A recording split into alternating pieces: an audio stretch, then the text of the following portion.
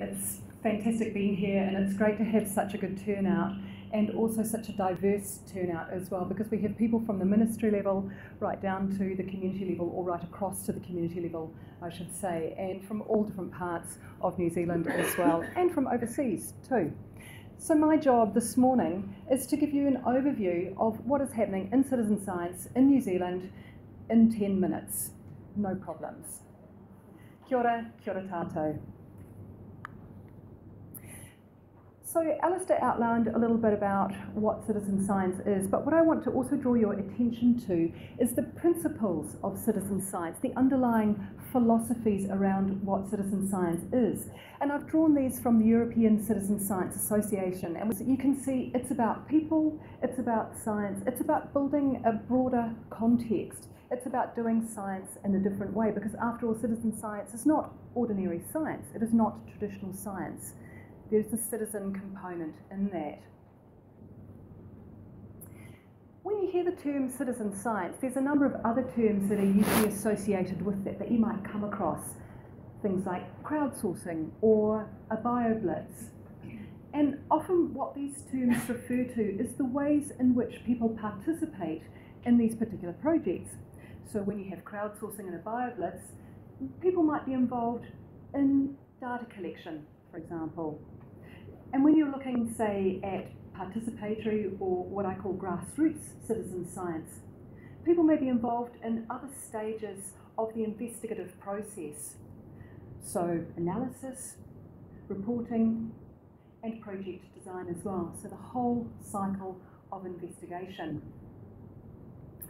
So let's have a little bit of a look at crowdsourcing, because there's some really exciting initiatives happening in New Zealand. And there isn't really scope for me to go over everything today, so I'm just going to pick a few here. So I'll start with Birds NZ. This is the Ornithological Society of New Zealand, and they've been doing citizen science for an incredibly long time. For a country with such a short history like ours, they've been collecting data on shorebirds for 55 years. That's a considerable data set. And they've been employing eBird, which is an international online database, to house their observations. And what's interesting about eBird is they get 100 million observations logged per year. So this is us in our little country here in New Zealand being part of a global picture of citizen science. I'll move on to the New Zealand Garden Bird Survey. And what I find really interesting about this project is that the survey only goes for 9 days every year. So how do you build up momentum? How do you keep people engaged in a project that's only 9 days long? And what's happened here is the development of a Facebook group. There are over 3,200 members of this Facebook page, so it's a whole community of learning. And I tap into the Facebook page. I'm more of a plant geek myself, but I can appreciate people who do like birds. And it's people putting up observations and asking questions and building knowledge and sharing that knowledge with other people. And sharing really cute pictures too, of course. When we look at Nature Watch, we're expanding out those observations. We're looking at flora, we're looking at fauna, we're looking at fungi, we're looking at different phenomena as well, animal tracks.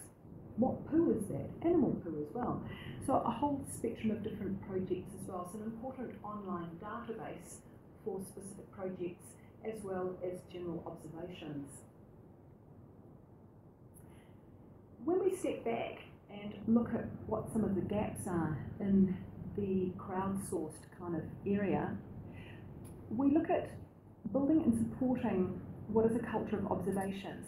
People like looking at birds because it taps into an interest that they already have.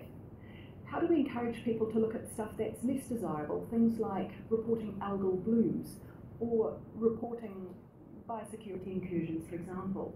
And we'll have a video a bit later on from Steve Pawson, who's developed an app that looks at biosecurity, that helps people to log biosecurity concerns that they have in their area, pests, weeds, and so forth.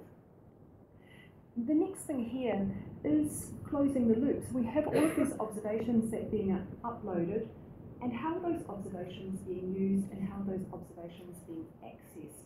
So there's the next step on to consider. Who's been involved with bioblitz? Quite a few of you have. Bioblitzes have really taken off. And having recently coordinated one, I see a BioBlitz as something that's incredibly dynamic.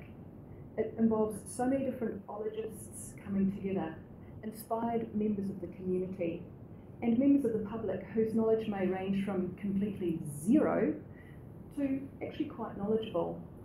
And it also involves extreme amounts of coffee and sandwich making too. And the whole point of a BioBlitz is to take a particular area and find out everything that is there, what lives there, flora, fauna, fungi, bacteria, whatever specialists you have on board. And the BioBlitz that we ran just 2 short months ago with the support of Manaki Whenua Landcare Research, we discovered a new bacteria. And we're just finding out whether we've discovered a new fly as well. So these are small but important discoveries, and it shows us that we don't know everything about the environment that we live in. There's still plenty more that we can learn about. So I'll move into participatory and grassroots science, grassroots citizen science. And as I said before, this is where people are involved in more stages of that investigative process. Participatory science, I wish there would have been this around when I was a kid, because it's a whole new way of doing science. Not only are these kids out there doing interesting scientific projects which are based in the real world, they are also learning about the scientific process, what science is. The only thing I learned when I was doing science at school was that you can chew up bits of paper, put them on the end of a ruler and flip them on the ceiling, and they'll stick there, and when they dry, they fall down. That's it, that's all I learned. Moving on to grassroots citizen science, and working through the Landcare Trust, had close connection with many, many community environmental groups around New Zealand, and there are hundreds and hundreds of them. And some of the main activities that these groups are involved with is predator control, is weeding, revegetation, education, and outreach. And some of the citizen science projects that have evolved in this space, predator control has taken off. And I hope that you guys who are from out of town appreciate that you are in the capital of death. This is the worst place in New Zealand to be if you are a rat or a possum. There are so many predator-free projects happening here, it is incredibly exciting. And talking to my colleague Peter Hanford, who developed the Trap.nz app, last year he had around 420 projects logged onto Trap.nz. 1 year later, that number has doubled. A lot of people out there are getting involved and logging their trap catch data. Revegetation projects too. Since I did my PhD just a few years ago, there's been new initiatives. The Trees That Count project, how many trees have been put in the ground? How many metres of riparian stream have been planted through the Million Metre Stream project? And water quality is another area which just in the last few years has really taken off. There are new tools available, there are new programs available, and there is intense community interest about that. And Richard Story, where are you, Richard? Yep, Richard Story will tell us his story, couldn't resist saying that, sorry, about citizen science water quality monitoring in his lightning talk in the next session.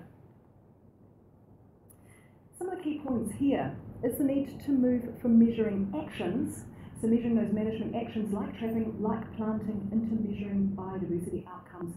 What does it all mean? Where does all of that trapping lead us? Where does all of that revegetation lead us as well? What is the link, for example, between riparian planting and water quality? And one of the kind of challenges here is to get the money to actually do the monitoring for the longer term to measure what those outcomes are.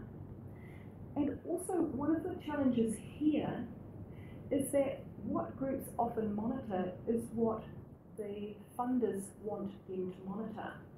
And we do have an environmental funders forum, and this is a great opportunity for the funders to actually come together and to think a little bit more critically, a little bit more strategically about the type of monitoring that they're asking groups to do. So if I were to summarise what is happening in the citizen science space in New Zealand, I would say this: it's really dynamic, but it's pretty fragmented. So I just want to wrap up with my last slide and say we've got 2 different tiers that we need to work at. And I've called it Tier 1. Tier 1, this is the kind of the community level. This is everybody who's out there doing the work on the ground.